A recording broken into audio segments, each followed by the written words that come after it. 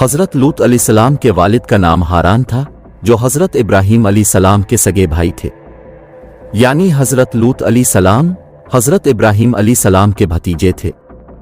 हज़रत लूत अलैहिस्सलाम हज़रत इब्राहीम अलैहिस्सलाम पर सबसे पहले ईमान लाने वालों में शामिल हैं। नीज़ आप हज़रत इब्राहीम अलैहिस्सलाम ही के ज़माने में अहली सीधूम की रहनुमाई के लिए नबूवत के मनसब पर फाइज हुए। वालिद हारान के इंतकाल के बाद हज़रत लूत अलैहिस्सलाम अपने चचा हज़रत इब्राहीम अलैहिस्सलाम के साथ बाबुल में मुकीम रहे और फिर एक अरसे बाद सीधूम नामी शहर में आबाद हो गए। कुरानी मजीद में कौमे लूत का जिक्र 17 मरतबा आया है। कौमे लूत का मस्कन शहर सीधूम और उमुरा था, जो बहरा मुर्दार के साहिल पर वाक़े था, और कुरैश मक्का अपने शाम के सफ़र में बराबर इसी रास्ते से आते जाते थे। ये इलाका 5 अच्छे बड़े शहरों पर मुश्तमिल था, जिनके नाम सीधूम, उमुरा, अदमा, सबूबीम और ज़ुग़ुर थे। उनके मजमुआ को कुरानी करीम ने मत्ताफ़ीका और मत्ताफ़ीकात यानी उल्टी हुई बस्तियां के अल्फाज में कई जगह बयान फरमाया है। सीधूम इन शहरों का दारुल हुकूमत और मरकज़ समझा जाता था। जब हज़रत लूत अलैहिस्सलाम और दिन में बहरा लूत के पास जहां सीधूम और उमुरा की बस्तियां थीं वहां आकर रहाइश पजीर हुए तो अल्लाह ताला ने उन्हें अहली सीधूम की हिदायत के लिए नबी मबूस फरमाया। यहाँ के बाशिंदे फवाहिश और बहुत से गुनाहों में मुब्तला थे। दुनिया की कोई ऐसी बुराई नहीं थी जो इनमें मौजूद ना हो। ये दुनिया की सरकश, मुतमर्रुद और बदअखलाक कौम थी। इन सब बुराइयों के साथ साथ ये कौम एक खबीस अमल की मूजद भी थी। वो ये कि वो अपनी नफसानी ख्वाहिशात पूरी करने के लिए औरतों के बजाय लड़कों से इख्तिलात रखते थे।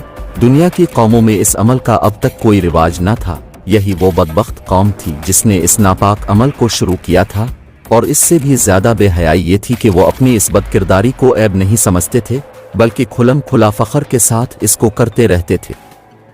इन हालात में हज़रत लूत अलैहिस्सलाम ने इस कौम को उनकी बेहाइयों और बुराइयों पर मलामत की और शराफत व तहारत की ज़िंदगी की रग़बत दिलाई, और हर मुमकिन तरीके से नरमी और प्यार से उन्हें समझाया और नसीहतें की, और पिछली कौमों की बदमालियों के नताइज और उन पर आए हुए अजाब बताकर इबरत दिलाई। लेकिन उन पर कोई असर नहीं हुआ, बल्कि उल्टा तंज करते हुए ये कहने लगे, ये बड़े पाकबाज लोग हैं, उनको अपनी बस्ती से निकाल दो। और बारहा समझाने के बाद ये कहने लगे, हम तो नहीं मानते, अगर तो सच्चा है तो हम पर अल्लाह का अजाब ले आओ। सूरा अनकबूत आयत नंबर 29। कौम के इस मुतालबे के बाद हज़रत लूत अलैहिस्सलाम को यकीन हो गया कि अल्लाह ताला ने इनके दिलों पर मोहर सख्त कर दी है और ये अब राह रास्त पर आने वाले नहीं। लिहाजा उन्होंने निहायत बेबसी के आलम में अल्लाह अज़्ज़ा वजल के सामने हाथ फैला दिए और दुआ की, ए मेरे परवरदिगार, इन मुफसिद लोगों के मुकाबले में मेरी नुसरत फरमा। सूरा अनकबूत आयत नंबर 30। इधर ये हो रहा था और दूसरी जानिब हज़रत इब्राहीम अलैहिस्सलाम के पास अल्लाह के फरिश्ते इंसानी शक्ल में आए। हज़रत इब्राहीम अलैहिस्सलाम ने उन्हें मेहमान समझकर उनकी तवाज़ो करनी चाहिए, लेकिन उन्होंने खाना खाने से इनकार कर दिया। ये देखकर हज़रत इब्राहीम अलैहिस्सलाम समझे कि ये कोई दुश्मन है जो हस्बी दस्तूर खाने से इनकार कर रहा है, और परेशान से हो गए। तो मेहमानों ने कहा, अब घबराएं नहीं, हम अल्लाह के फरिश्ते हैं, अब के लिए बेटे की बशारत लाए हैं और कौमे लूत की तबाही के लिए भेजे गए हैं। इब्राहीम अलैहिस्सलाम ने फरमाया, तुम ऐसी कौम को हलाक करने जा रहे हो जिसमें हज़रत लूत अलैहिस्सलाम जैसा खुदा का बरगुज़ीदा नबी मौजूद है।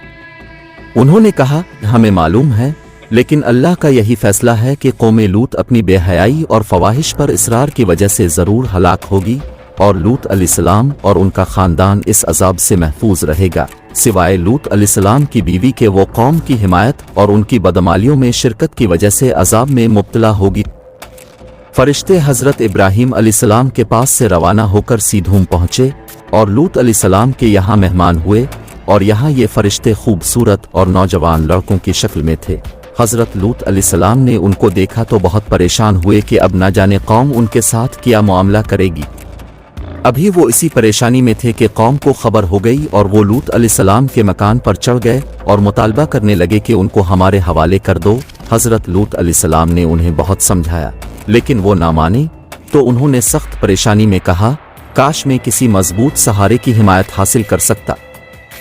फरिश्तों ने इनको परेशान देखकर कहा कि अब घबराएं नहीं, हम इंसान नहीं हैं बल्कि अल्लाह की तरफ से भेजे हुए फरिश्ते हैं और उनके अजाब के लिए नाजिल हुए हैं। आप रातों रात अपने ख़ानदान समेत यहाँ से निकल जाएं تو فرشتوں کے پیغام کے بعد لوط علیہ السلام اپنے خاندان سمیت بستی سے نکل کر سیدھون سے رخصت ہو گئے، اور ان کی بیوی نے ان کی رفاقت سے انکار کر دیا اور یہیں رہ گئی۔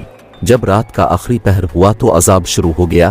سب سے پہلے ایک سخت ہیبت ناک چیخ نے ان کو تہ و بالا کر دیا، پھر ان کی آبادی کو اوپر اٹھا کر زمین کی طرف الٹ دیا گیا، اور پھر اوپر سے پتھروں کی بارش نے ان کا نام و نشان مٹا دیا، اور گزشتہ قوموں کی طرح یہ بھی اپنی سرکشی کی وجہ سے انجام کو پہنچے۔